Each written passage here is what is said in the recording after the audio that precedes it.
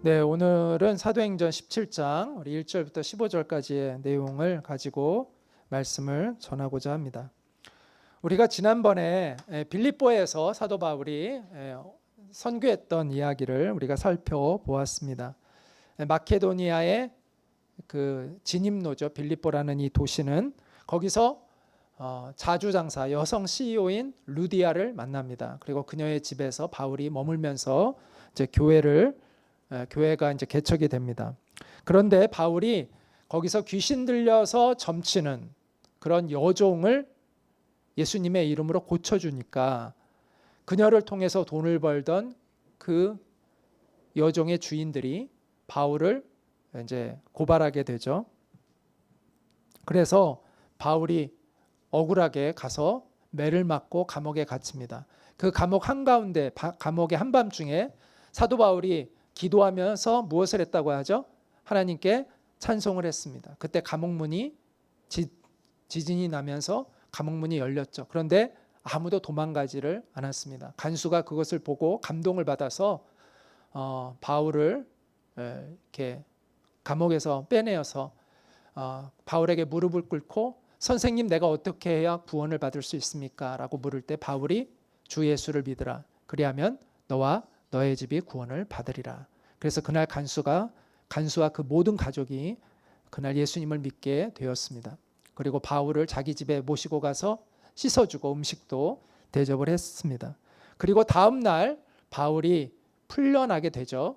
그리고 바울이 이제 거기에서 떠나서 오늘 본문에 이야기한 대로 앞비볼리와 아볼로니아를 거쳐서 데살로니가라는 이 도시에 가게 됩니다. 이 거리는 빌립보에서 데살로니가까지는 약 160km 정도가 됩니다. 당시에 일주일 정도를 가야 하는 그런 결코 짧지 않은 그러한 거리였습니다. 이 데살로니가는 당시 마케도니아의 주의 수도였어요. 그러니까 가장 중심이 되는 도시였고요. 그 로마에서 터키로 이어지는 그 길들이 있는데 그 대로 중에 하나가 비아 에그나티아라는 도로입니다. 이제 비아는 로드라는 뜻이에요. 도로라는 뜻이어서 에그나티아 도로가 있습니다. 그래서 크게 길을 닦아놔서 로마는 길이 굉장히 잘 발달되어진 그러한 제국이었잖아요. 이 중에 데살로니가라는 곳이 중심에 있습니다. 그래서 데살로니가는 이 비아 에그나티아의 중심적인 길의 중심에 있는 그러한 도시 중에 하나였습니다. 그리고 에게를 중심으로 상업이 매우 발달된 그러한 도시였습니다. 그리고 이 도시는 BC 400 기원전, 예수님 전, 주전 42년에 프리시티라고 해서 로마의 식민 지배를 받지 않는 자유도시였어요. 그래서 굉장한 자부심을 그 시민들이 가지고 있는 그러한 도시였습니다. 자, 빌립보에는 회당이 없었기 때문에 바울이 대신 기도처에 가서 복음을 전했는데 여기에서는 회당이 등장합니다. 그만큼 유대인들이 많이 사는 더 큰 도시였다라는 걸 알 수가 있습니다. 여기서 사도 바울이 이제 유대인의 회당에 가서 복음을 전했는데요.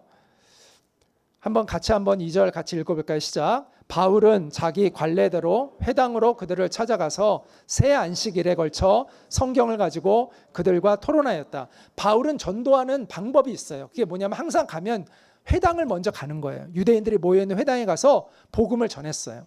그리고 거기서 이제 믿는 사람들을 중심으로 해서 교회가 세워지게 되었는데 새 안식일, 그러니까 3주 동안 매주 안식일마다 그곳에 가서 바울이 강론을 했다. 개역개정은 강론이라고 하는데 토론식 설교를 얘기합니다. 그러니까 토론하면서 설교를 했다라는 것입니다. 여기서 관례대로라는 것은 이제 평소에 하던 습관대로 회당을 갔다라는 것을 이제 이야기하는데 바울이 어떤 성경을 가지고 복음을 전했느냐? 구약 성경이죠. 자, 우리는 지금 신약 성경을 가지고 있잖아요. 그런데 그 당시에 바울에게는 신약 성경이 있어요, 없어요? 없어요. 그때는 성경하면 다 구약 성경이에요. 그럼 바울이 예수 그리스도의 복음을 뭘 통해서 전했느냐? 구약 성경이에요. 바울은 이렇게 이야기를 했습니다. 자, 그는 같이 한번 읽어볼까요? 그리스도께서 반드시 고난을 당하시고 죽은 사람들 가운데서 살아나셔야 한다는 것을 해석하고 증명하면서 내가 여러분에게 전하고 있는 예수가 바로 그 그리스도이십니다 하고 말하였다. 자, 우리는 흔히 구약 성경은 율법 중심, 신약 성경은 예수 중심이라는 생각을 하는데 그건 잘못된 생각입니다. 모든 성경은 예수 중심이에요. 모든 성경은. 자, 여러분 구약이라는 말이 무슨 뜻이에요? 옛 약속이라는 뜻이에요. 테스트먼트라는 단어는 커버넌트라는 단어와 같은 단어예요. 그러니까 약속, 언약이라는 뜻을 가지고 있어요. 그래서 예전에 하나님이 주신 약속이라는 거예요. 왜 구약은 옛 약속인지 아세요? 이미 이루어졌기 때문이에요. 뭐라고요? 이미 이루어졌기 때문이에요. 아, 구약 성경을 왜 옛 약속이라고 하느냐? 이미 이루어졌어요. 예수님이 오시겠다고 하는 것이 구약 성경이에요. 예수님이 오셨잖아요. 그래서 이미 이루어졌기 때문에 옛 약속인 거예요. 자, 그리고 신약은 왜 신약일까요? 새로운 약속일까요? 아직 이루어지지 않은 약속을 주신 거예요. 그게 뭐예요? 예수님이 다시 오셔서 하나님 나라가 완성된다는 거예요. 그래서 예수님을 중심으로 하고 있어요. 예수님이 오실 거에 대한 예언이 옛 약속이고 예수님이 다시 오셔서 하나님 나라가 구원이 완성될 것이 신약이에요. 새로운 약속이에요. 그래서 옛 약속이 이미 이루어졌기 때문에 옛 약속, 구약이라고 하는 거고 신약은 이제 아직 기다리고 있는 약속이기 때문에 신약이라고 하는 거예요. 그래서 성경은 예수님을 중심으로 되어 있는 책이다라는 것이죠. 그래서 예수님이 이렇게 얘기했어요. 너희가 성경에서 영생을 얻는 줄 생각하고 성경을 연구하거니와. 이 여기서 말하는 성경도 구약 성경이죠. 이 성경이 곧 구약 성경이 누구에 대하여 증언하는 것이라고요? 예수님에 대하여 증언하는 것이라고 예수님이 말씀해 주셨어요. 그래서 사도 바울은 구약 성경을 통해서 예수님의 그리스도 되심을 증거했던 것입니다. 자, 구약 성경에 보면 예수님이 어떻게 태어나실지가 예언되어 있고 어떻게 어떤 사역을 하실지도 예언되어 있고 어떻게 죽으실지도 예언되어 있고 어떻게 부활하실지도 예언되어 있어요. 그래서 사도 바울은 그 구약 성경을 통해서 예수님을 증거하는 거예요. 그리고 구약 성경은 예수님의 그 십자가의 죽음이 어떤 의미인지도 다 밝혀놨어요. 그래서 구약 성경을 통해서 예수 그리스도가 증명이 돼요.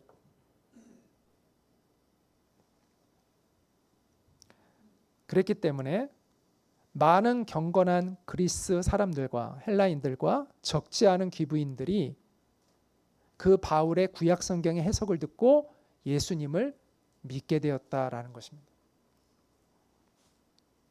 여기서 귀부인이라고 했는데 귀부인 가운데는 유대인의 귀부인들, 유대인 귀부인들도 있었고 이방인 귀부인들도 있었습니다. 당시 로마의 관리들이 고위직에 있는 사람들이 누구와 결혼하기를 원했냐면 가능하면 유대인 여자들을 원했습니다. 왜냐하면 그 당시 로마는 굉장히 성적으로 문란했습니다.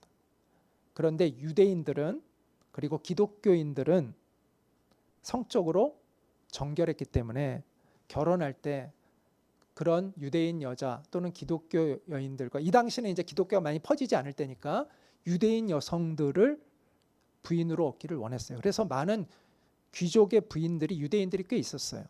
그리고 그 사람과 친했던 헬라의 귀부인들도 함께 유대교로 개종을 해서 함께 회당에 와서 예배를 드리는 귀부인들이 있었어요. 여기서 말하는 그 귀부인들은 그런 사람들을 이야기하는 것입니다. 그런데 그들이 바울의 성경식 토론을 듣고 그 복음을 받아들이고 그리스도인이 되었습니다.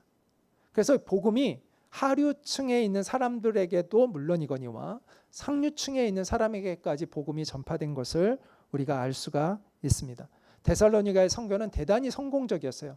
3주 동안에 굉장히 많은 사람들이 그리스도인이 되었습니다. 그런데 반대하는 세력이 또 아주 강렬한 반대 세력이 있었습니다. 유대교의 유대교를 아주 극렬하게 믿는 사람들 중에서 굉장히 그 폭력성이 있는 유대인들이 있었습니다. 그래서 바울을 해치기 위해서 야손의 집에 들이 닥치게 되는데요. 제가 한번 읽어볼게요. 그러나 유대 사람들은 시기하여 그들의 동기를 뭐라고 얘기해요? 시기라고 얘기합니다. 교리적인 문제를 가지고 문제 삼은 게 아니라 바울을 시기했다라는 겁니다. 이걸 봤을 때 여기에 있는 유대 사람들은 이 회당에서 영향력 있는 지도자였을 것으로 추정이 됩니다.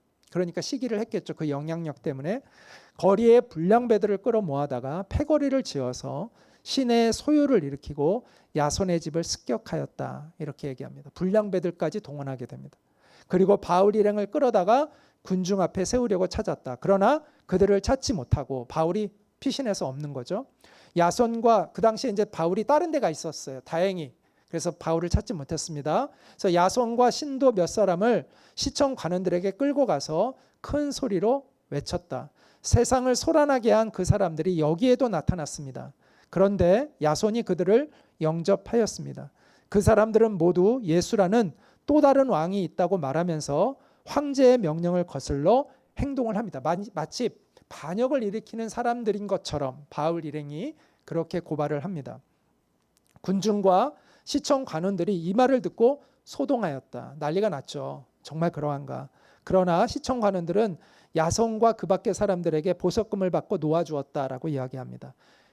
그러니까 막상 이야기를 들어보니까 이게 정치적인 문제가 아니라 종교적인 문제라는 걸 그들도 알았던 거죠. 그래서 그렇다고 그냥 놓아주기는 뭐하고 하니까 보석금을 받고 풀어주었습니다. 그러니까 원래 고소했던 것에 비해서는 그래도 많이 이렇게 경감을 해서 조치를 취한 것으로 보여집니다. 그러나 상황은 심상치가 않았습니다. 왜냐하면 폭도들까지 동원했잖아요. 바울을 그냥 놔둘 리가 없는 거죠. 그래서 데살로니가 성도들은 바울을 걱정해서 바울과 실라 일행을 남들이 보지 않는 그 밤에 베레아로 피신을 시키게 됩니다. 그래서 바울이 이제 베레아를 거쳐서 베레아로 이제 가게 됐는데 데살로니가 유대인들이요 얼마나 지독하냐면은 바울이 베레아를 갔는데 나중에 데살로니가에 있는 유대인들이 어디까지 쫓아오냐면 베레아까지 쫓아와가지고 또 난리를 쳐요. 자, 다른 도시까지 쫓아가가지고 난리를 칠 정도면 그 안에 있는 기독교인들을 교회 다니는 사람들을 그들이 얼마나 핍박했을지가 예상이 되죠. 같은 도시에 있는 사람을 그냥 둘 리가 있겠습니까? 얼마나 많이 괴롭혔는지 모릅니다. 바울이 데살로니가에 머문 것이 아까 여기 3주 동안 그 강론을 했다고 했잖아요. 그런데 다른 서신들 데살로니가 전후서나 빌립보서를 참고하면은 단지 3주만 머물렀던 건 아니고요. 약 2-3개월 정도 머물렀을 것으로 추정이 됩니다. 바울이. 그러더라도 두세 달, 2개월에서 3개월 정도 머물렀을 것으로 추정을 합니다. 자, 그렇다 하더라도 3개월, 넉넉 잡아 3개월이라 하더라도 3개월 동안 신앙생활을 한 사람들이에요. 신앙을 가진 지 3개월밖에 안 됐어요. 근데 엄청난 핍박을 받아요. 그런데 그들은 과연 신앙을 잘 지켰을까요? 그래서 사도 바울이 하도 막 피신하라고 하니까 피신을 하긴 했는데 늘 마음에 부담감이 있었어요. 그래서 바울이요 베레아를 거쳐서 아덴에 이르렀을 때, 아덴은 아테네를 얘기하는 거예요. 아테네에 이르렀을 때 디모데를 데살로니가 교회로 보냅니다. 그곳에서 신앙생활을 잘하고 있는지 알아봐라. 그렇게 해가지고 바울이 그 디모데를 데살로니가에 보내고, 나중에 바울이 아덴에서 고린도로 갔을 때 누가 오냐면 데살로니가에 들린 디모데를 만나요. 거기서 소식을 들어요. 데살로니가 교회의 소식을 들어요. 그리고 그때 바울이 쓴 편지가 신약 성경에 어떤 편지냐 하면 데살로니가 전서예요. 그래서 이 상황, 이 사도행전과 이 서신이 연결되는 걸 알아야 돼요. 그래서 바울이 데살로니가 전서를 이 고린도라는 곳에서 쓰게 돼요. 그때 바울이 뭐라고 이들을 칭찬하느냐. 여기서 우리는 데살로니가 성도들이 어떻게 신앙생활을 했는지를 알 수가 있습니다. 자, 이렇게 얘기합니다. 데살로니가 성도들에게 바울이 이렇게 씁니다. 여러분은 많은 환난을 당하면서도 성령께서 주시는 기쁨으로 말씀을 받아들여서 우리와 주님을 본받는 사람이 되었습니다.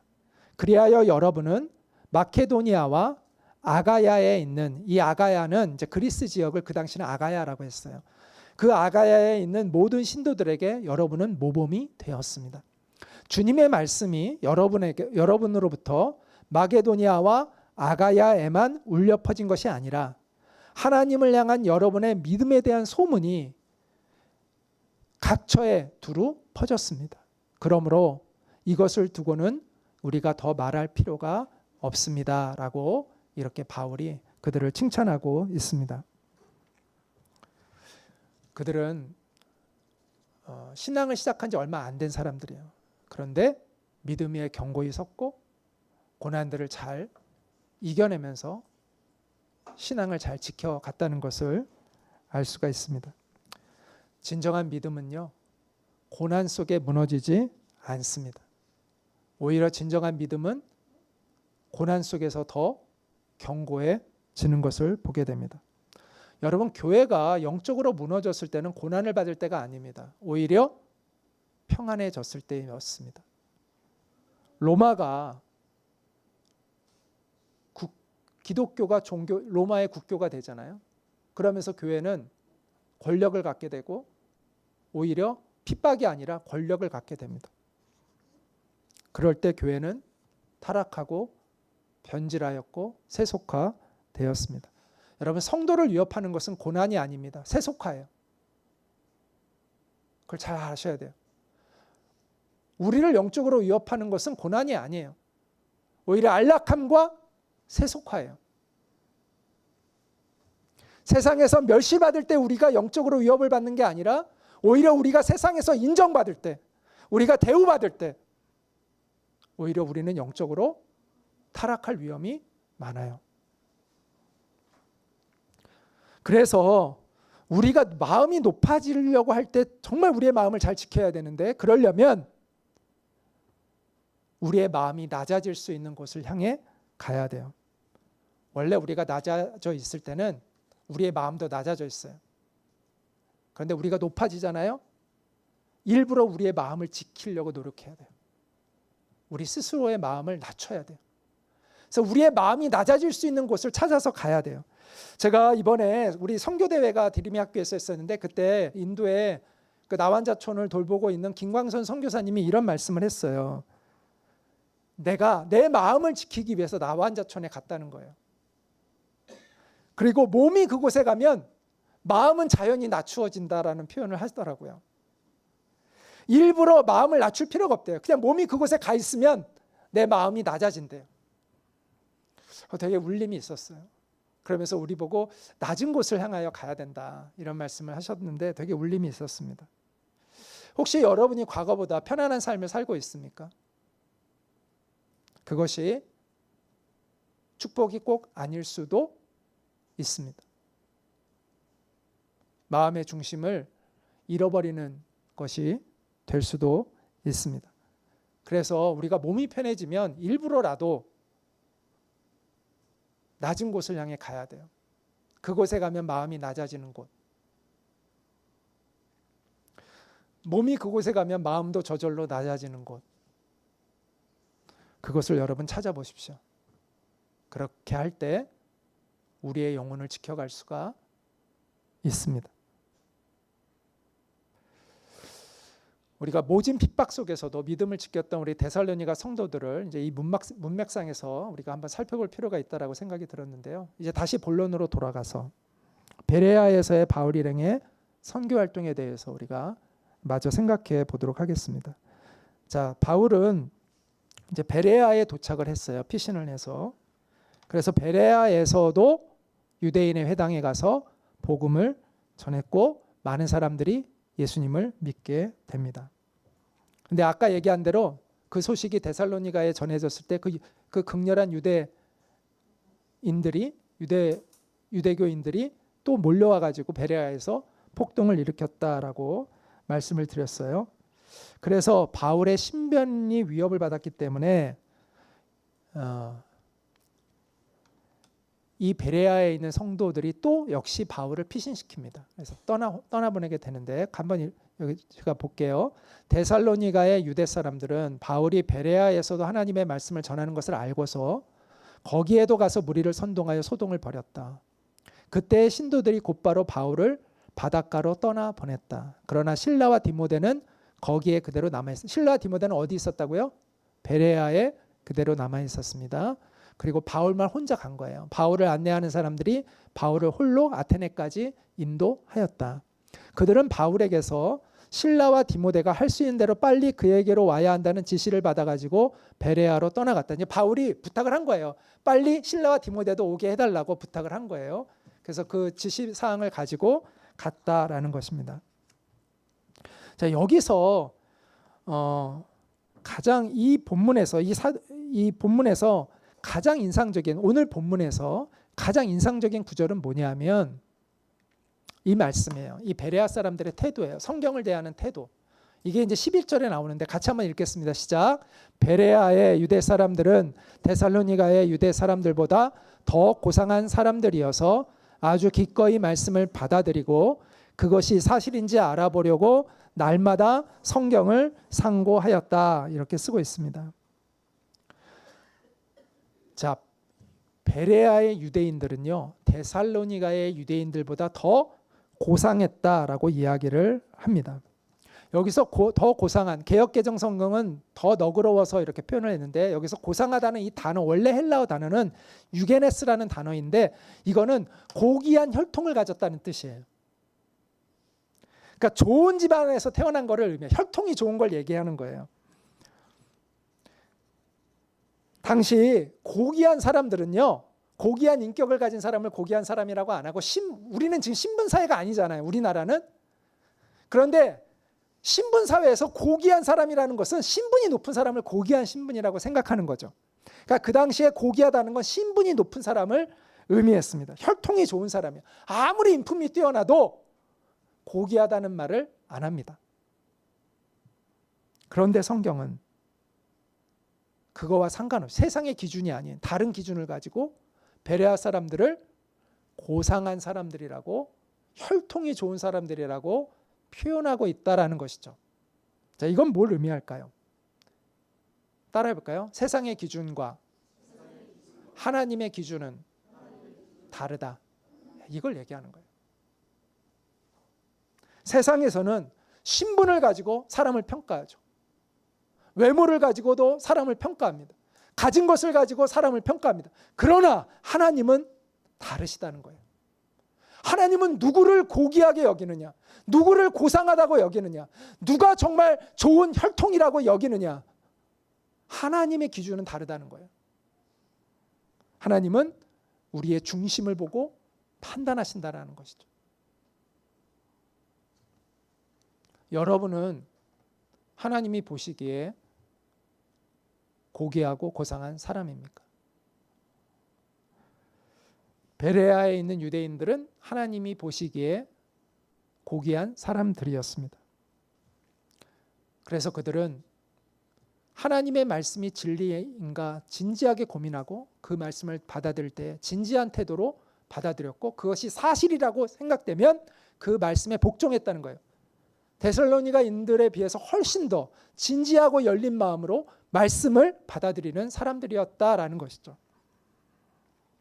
여기서 성경을 상고하였다라고 할 때 이 상고하다에 쓰인 이 아나크리노라는 단어는 조사하다, 검토하다라는 것입니다. 말씀이 정말 사실인가 하여 정확히 그 말씀을 자세히 조사하고 검토하여 믿었다라는 것이죠.